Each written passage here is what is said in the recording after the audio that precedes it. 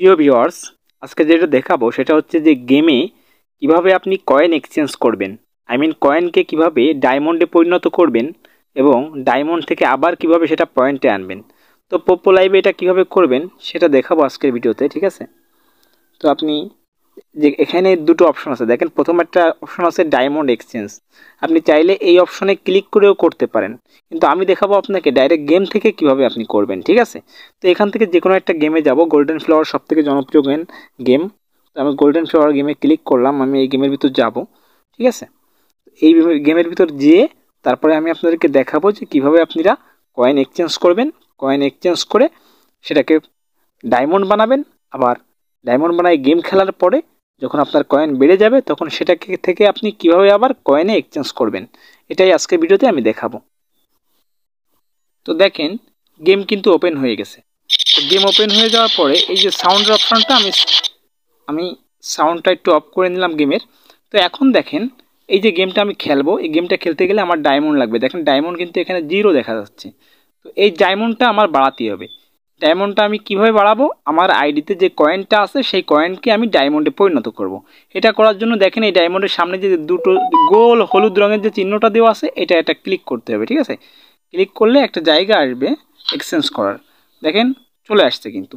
এখানে দেখেন আমার ব্যালেন্স আছে 222 লেখা দেখা যাচ্ছে। এ দেখেন ব্যালেন্স 222। এইখানে লেখা হচ্ছে রিচার্জ, এখানে লেখা আছে balance, diamond balance 0, coin balance 222, আর এখানে এক্সচেঞ্জ লেখা আছে।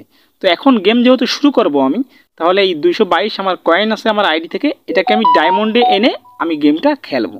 তো এটা আনতে গেলে আমাকে এই যে অপশনটা এটার উপর চাপ দিয়ে ধরতে হবে, ঠিক আছে? চাপ দিয়ে এটাকে সামনে বাড়াতে হবে।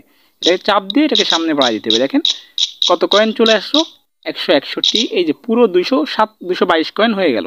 এখন যদি আমি এখানে এক্সচেঞ্জে ক্লিক করি তাহলে ওই কয়েনটা ডায়মন্ড হয়ে যাবে। এক্সচেঞ্জে ক্লিক করলাম, কয়েনটা ডায়মন্ডে হয়ে গেছে, ঠিক আছে? এখন কিন্তু এখানে ডায়মন্ডে কয়েন চলে আসছে, কিন্তু এখানে দেখা যাচ্ছে না। এটা গেমের একটা সমস্যা যে গেম খেলা শুরু করলে তারপর এটা শো করে, ঠিক আছে?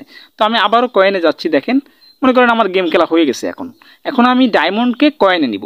তো কি করে নিব? আমি আবারও এই অপশানে ক্লিক করতে হবে এর জন্য, ঠিক আছে?